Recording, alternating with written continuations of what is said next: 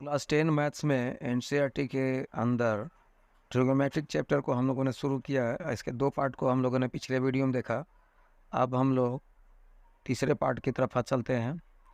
Screen पर आप उन लोगों के सामने एक क्वेश्चन दिया हुआ है, सेक थीटा इक्वल टू 13/12 तो calculate given sec theta equal to 13/12 calculate other T ratio. जैसा कि हम लोग को पता है कि टी रेशियोज मतलब sine theta, cos theta, tan theta, cot theta, sec theta, cosec theta होता है।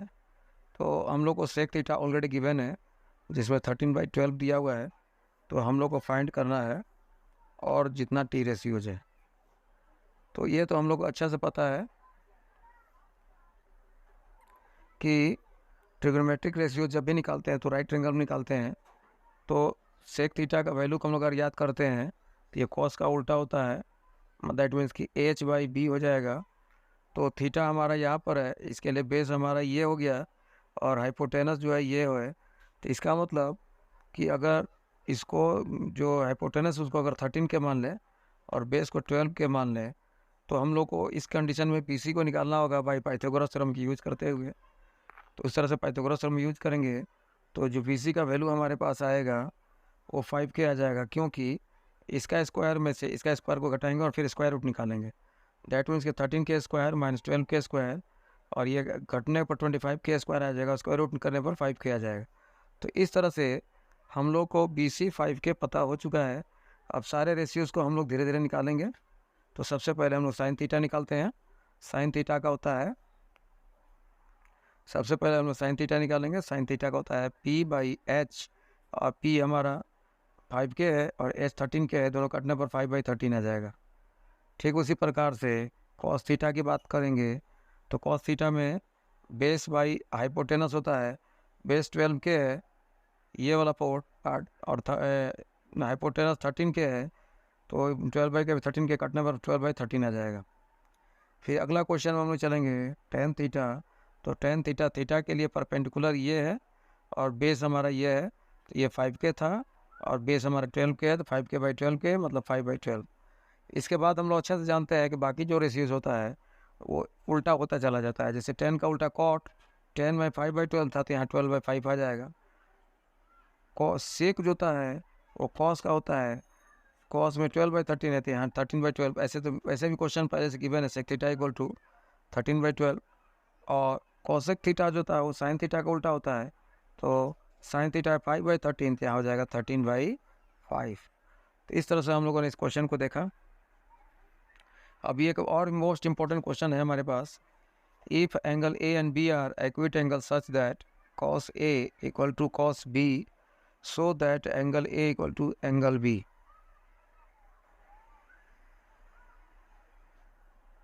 अगर मान लिया गया कि cos A equal to cos B दिया हुआ है तो हम लोग को angle A equal to B proof करना है। तो cos A equal to cos B दिया है, तो cos A का वैल्यू हम लोग cos का वैल्यू हम लोग जानते हैं कि बेस बाई हाइपोटेनस होता है। तो एंगल A के लिए AC बेस हो गया और AB हाइपोटेनस हो गया।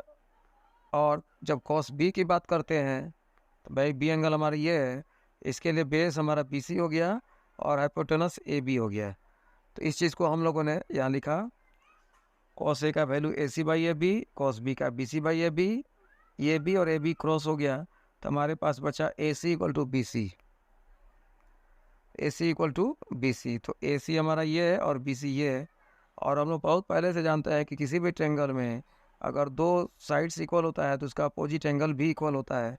तो इसको मानते हुए जब इसको फॉलो करते हैं हम लोग, तो यहाँ देख रहे हैं कि AC इक्वल टू BC, तो BC के सामने एंगल A है और इस AC के अपोजिट में ठीक एंगल B है। तो इस तरह से angle B equal to angle A हो गया।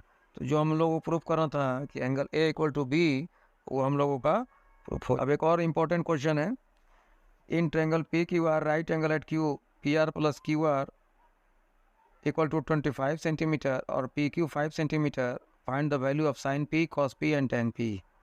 इस फिगर में अगर हम लोग देखते हैं तो हम लोग का गिवन है PR प्लस QR। PR जो देख रहे हैं ये है और QR जो देख रहे हैं ये है, वो 25 दिया हुआ है। तो यहाँ से हम लोग जब एक इक्वेशन निकालेंगे QR का वैल्यू, तो ये 25 में इस PR का वैल्यू इधर आकर माइनस कर देगा, तो क्यू आर का वैल्यू हो गया 25 माइनस पी आर। एक इक्वेशन हो गया। अब ये चूँकि राइट ट्रायंगल है तो राइट ट्रायंगल में पाइथागोरस थ्योरम लगाएंगे, मतलब कि P R square equal to P Q square plus Q R square. इस तरह से जब फॉलो करते हुए चले जाएंगे आगे हम लोग, तो पी आर स्क्वायर का जो वैल्यू है हम लोग का पी क्यू स्क्वायर मतलब 5 स्क्वायर, और क्यू आर स्क्वायर इसका मतलब 25 माइनस पी आर का होल स्क्वायर। स्क्वायर करेंगे तो 25, और ये ए माइनस बी का होल स्क्वायर पर ब्रेक हो जाएगा, तो हो जाएगा 625 plus P R square minus 2ab। फिर आगे बढ़ेंगे हम लोग तो ये हो जाएगा